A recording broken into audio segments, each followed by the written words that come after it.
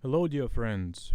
Today I'm going to answer some of the frequently asked questions, starting with my nails. A lot of people have been asking me, what do I do with my nails? What do I recommend? And actually, not many of you probably know that I have terrible nails naturally, very weak and easily damaged. My hair is okay, it's working out, but my nails, they don't. So, all my life, I was struggling with my weak nails. I could not play with enough power because of it. And the more I practiced, the weaker they became, and the shorter also because of all the damage. And I remember one concert in early 2000s where I lost 4 nails in one concert. Can you believe that? So I only had ring fingernail remaining by the end of the concert.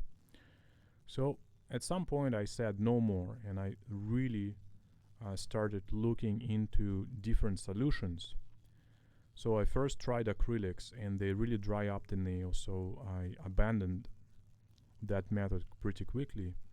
And finally, I tried artificial nails by guitarplayernails.com, and these were just fantastic. Not only were they thin enough so that I could use Ponticello sound, I could produce Ponticello sound, but also thick enough so that I can beat the strings as hard as I wanted without damage. They give me the warm tone and the sharp tone as I want. So I've been using their products for over 10 years now, and I really never looked back. So I keep these nails for pretty much as long as I want, but usually it's about 1 month for these fingers and about month and a half or 2 months for the thumb. I use Instant Nail 2. That's one of the products that is offered, and the product list is always updated, so you get to try new materials as they become available. I also use Fiberglass Wrap on top of the nail to reinforce it. The nail is very durable, but I still want that extra peace of mind, on stage when I punch a lot. So I use Fiberglass Wrap, which I keep right here. So it's this roll here. And I apply it on top of the nail to reinforce it with. And I use this glue here. It's called Instacure Bob Smith Industries. And the glue that is sold by Guitar Player Nails is also fantastic. I also use the rotary file that they sell. Rotary nail file looks like this. To file on top of the nail so that it doesn't catch when I play Rasguiado. So all in all, I'm a very happy customer, and you should check out guitarplayernails.com. They have amazing customer support, and the owner, Dave Keir, is a fantastic guy. Really, truly a good person. Okay, next question. What guitar am I playing? This guitar is made by an American luthier, Lester DeVoe. And I met Lester first time back in the 90s, late 90s, when he used to live in Maine and I lived in Massachusetts. So I would drive to Maine once in a while to give a concert, and he would always attend my concerts. And that's how I met him, tried his guitars, and then in 2009 I met with him again accidentally at a guitar festival, and he offered me to try his guitars, and I really fell in love with the sound and the feel of them. So I've had 3 guitars by him, one Blanca, one Negra, and this one is a satin wood guitar, and they all sound incredible and they're very different.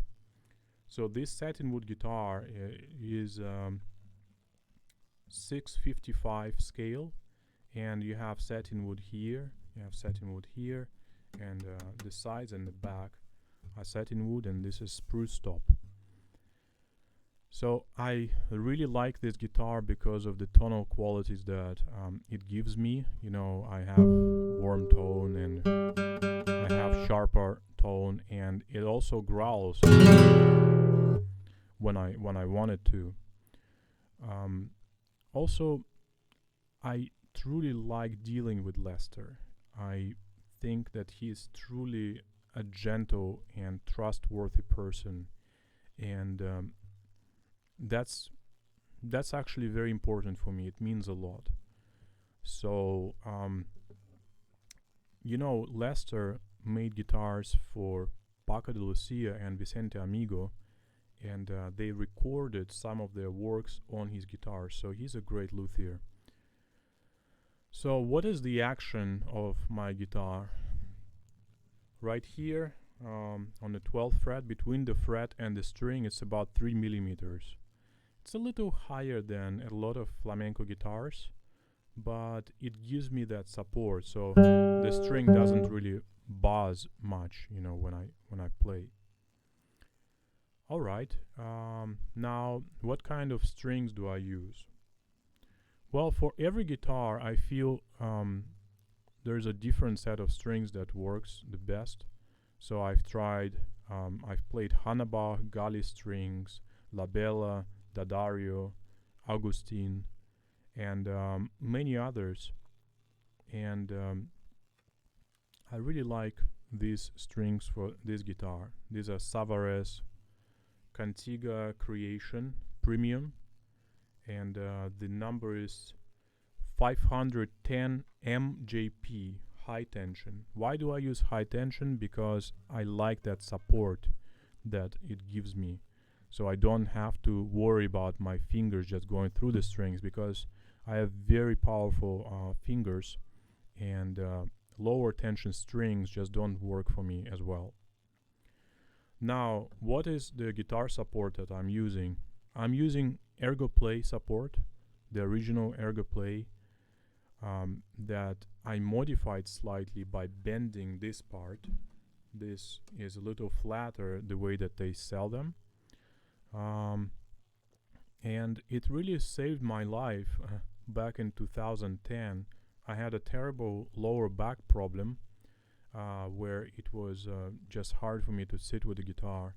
And because I have long torso, and when I sit normally with the guitar feels to be too far down there. So I don't feel that I can sit straight and reach the guitar comfortably. So this support brings it up, and that's what I use.